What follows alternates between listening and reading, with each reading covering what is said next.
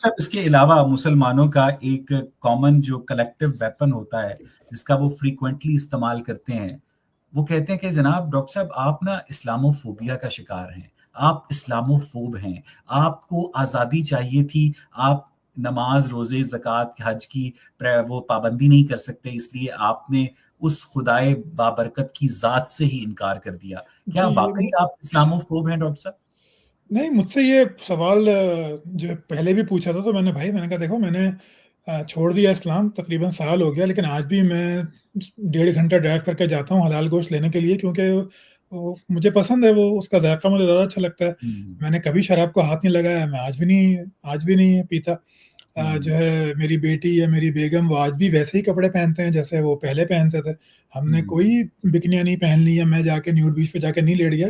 ये आपकी सिर्फ़ एक ख़्याल है आपका कि आपको गुनाहों से मज़हब ने रोक रखा है, आपको हुँ, माशरे ने रोक रखा है, बदनामी के हुँ, खौफ़ ने रोक रखा है।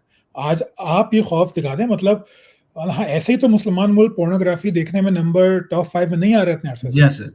तो वो कौन लोग हैं? वो हम ही जैसे लोग, उनको मज़हब रात को अपनी कंप्यूटर स्क्रीन पे देखने से क्यों नहीं रोकता?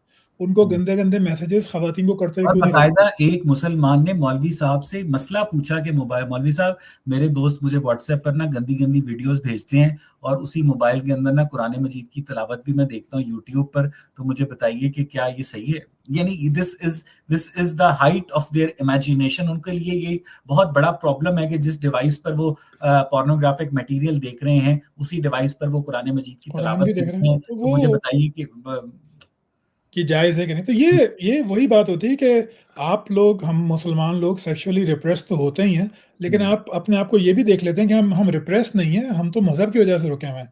हालाँकि हुँ। अगर आप देखें, हमारे यहाँ बुर्क़े में भी कोई ख़ातून महफ़ूज़ नहीं है, पोर्नोग्राफ़ी देखने में हम लोग टॉप पर हैं, मतलब हुँ। सिर्फ़ है कोई अगर पाकिस्तान हमारे में जब किसी नौजवान लड़की को गाँव में या शहर के मज़ाफ़ाती कब्रिस्तान में दफ़नाया जाता है, तो 2-3 दिन उसकी लाश ख़राब होने तक पहरा दिया जाता है, जी। कि उसकी लाश का कोई रेप ना कर दे सर। अगर कोई वाक़ई, वही बात है कि जब आप बाहर निकल के देखते हैं, तो आप बहुत सारी चीज़ें देख सकते हैं। अगर आपको हमारी आवाम के अख़लाक का हाल देखना है, तो सिर्फ़ आप इंस्टाग्राम पे जो हमारी मशहूर-मशहूर, मुझे नाम तो नहीं मालूम, एक्ट्रेसेस हैं, उनके आप इंस्टाग्राम देख लीजिए, मतलब उनके लाखों में फ़ॉलोवर हैं। भई हुँ, वहाँ पे आप क्या लेने जाते हैं?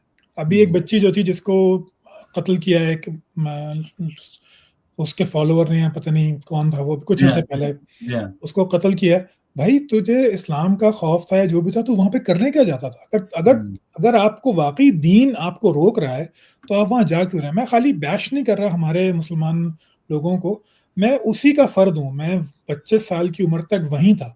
मैं हुँ, भी बिल्कुल वैसा ही था जैसे आज कोई 18, 19, 20, 22 साल का लड़का होता है। मैं हुँ, भी बिल्कुल वैसा ही था, मैं भी उन सब चीज़ों से गुज़रा हूँ। हुँ।